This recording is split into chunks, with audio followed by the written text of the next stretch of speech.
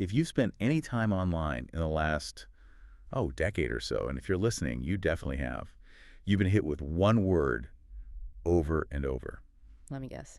Content. Content, exactly. It is, it's the biggest buzzword in the entire creative economy. It's what everyone has to make, what everyone is selling. And it's the endless stream we're all trying to consume. Right.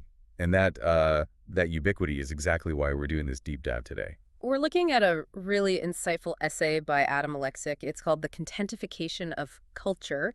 He wrote it right after going to this big 3-day content creator summit. And he came away with this deep sense of, I guess, artistic disillusionment. He did. He realized the word content itself, its meaning has shifted so fundamentally that it's now actively distorting what it means to be a creator. It's not just a word anymore. It's become an ideology. So our mission today is to quickly but really thoroughly unpack that core argument.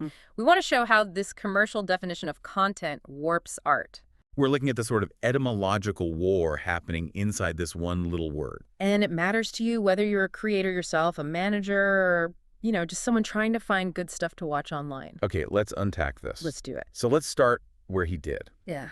Inside this creator summit, what was he actually seeing that sparked this whole thing?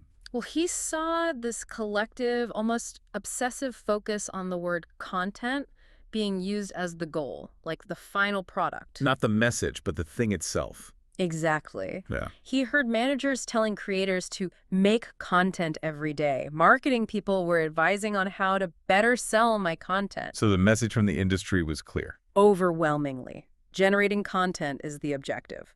That's the metric that matters. And if you're a serious creator, that's got to hit a nerve, right? Oh, absolutely. The author, he makes videos about linguistics. Linguistics, okay. So for him, this was a huge philosophical problem. The industry was defining the means as the end.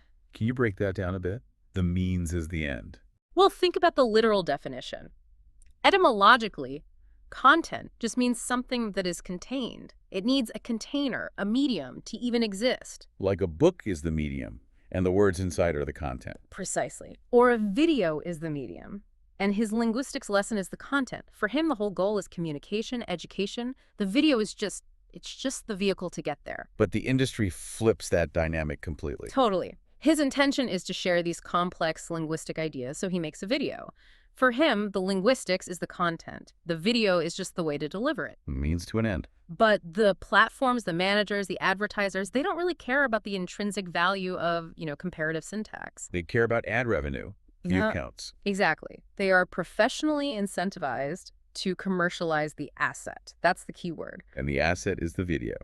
The thing that can be measured, monetized, and repeated. Right. So it makes perfect commercial sense for them to call the asset content. The container itself becomes the product, and it completely overshadows what's inside. It's a kind of professional distortion, then. Their job requires them to see it that way. It is. Their whole incentive structure demands it. If he stops uploading videos for a week, they don't say, oh, you stopped sharing your knowledge. They say you stop producing content. Yes.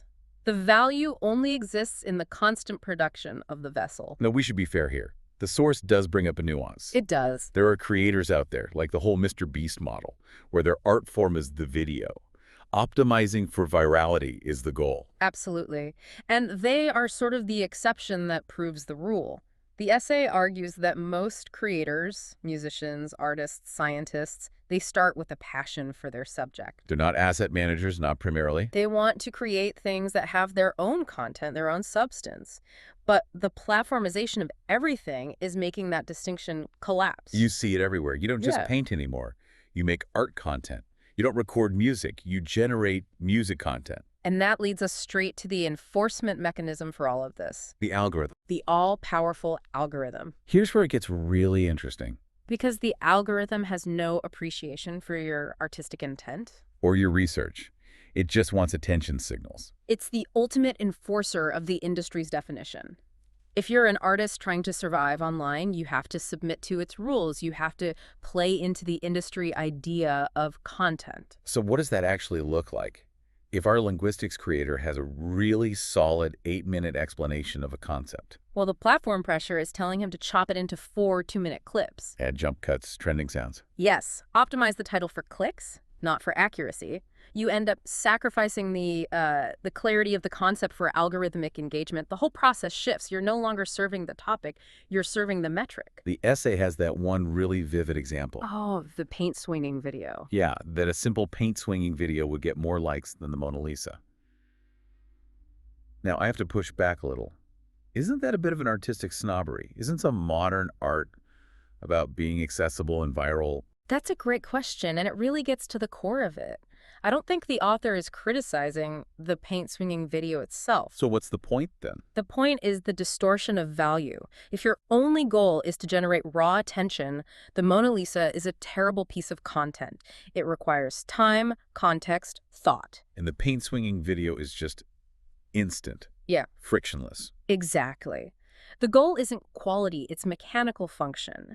It's about optimizing for an entirely different metric, which is attention, not artistic depth. And this need to optimize for mechanics is what the source calls. What was it? Influencer creep. Influencer creep. Okay, explain that. It's this phenomenon where genuine creatives, a serious musician, a dedicated historian, they find themselves forced to act like a pure content creator just to get their work seen. I see this all the time. You can't just be a potter and post a picture of your finished, beautiful vase. No, of course not. You have to make a time lapse of you glazing it, put it to a 15-second trending audio clip, and post it twice a day. You have to make pottery content instead of just making pottery. And in doing that, you are forced to prioritize the vessel, the speed, the music, the viral format over the actual idea contained within it. And the source says this has two major consequences, right? It does. First, it flattens their artistic expression into mere content generation. No. You lose all the nuance. And the second one, which is huge for us as consumers. It changes how we, the audience, perceive the art. When everything is presented as optimized content, we start looking for the hook, the viral mechanism. We stop engaging with the actual message. We just expect that instant gratification, and if it's not there, we scroll past. The creator ends up serving the platform, not the audience. This whole thing, this pressure cooker, it feels so unique to our time, like it's a new tech problem. But it's really not, and that's what's so fascinating. The commentary around this essay immediately pointed out that this kind of distortion has deep, deep historical roots. Back in economic theory, right? Way back. If we connect this to the bigger picture, we can trace this all the way back to the concept of reification. Reification. Okay, that's a serious word.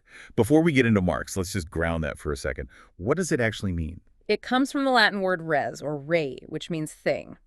So reification is the act of turning something abstract, like an idea or art or culture, into a concrete, measurable thing. Something you can buy or sell? Or measure. It's treating a non-commodity as if it were one. So the intellectual labor of writing an essay becomes a piece of content, a thing measured by clicks. Precisely. And Marx argued this was a core feature of capitalism, that art isn't valued for its intrinsic worth, but for how much we're willing to pay for it. Or, in our case, how much attention we're willing to pay.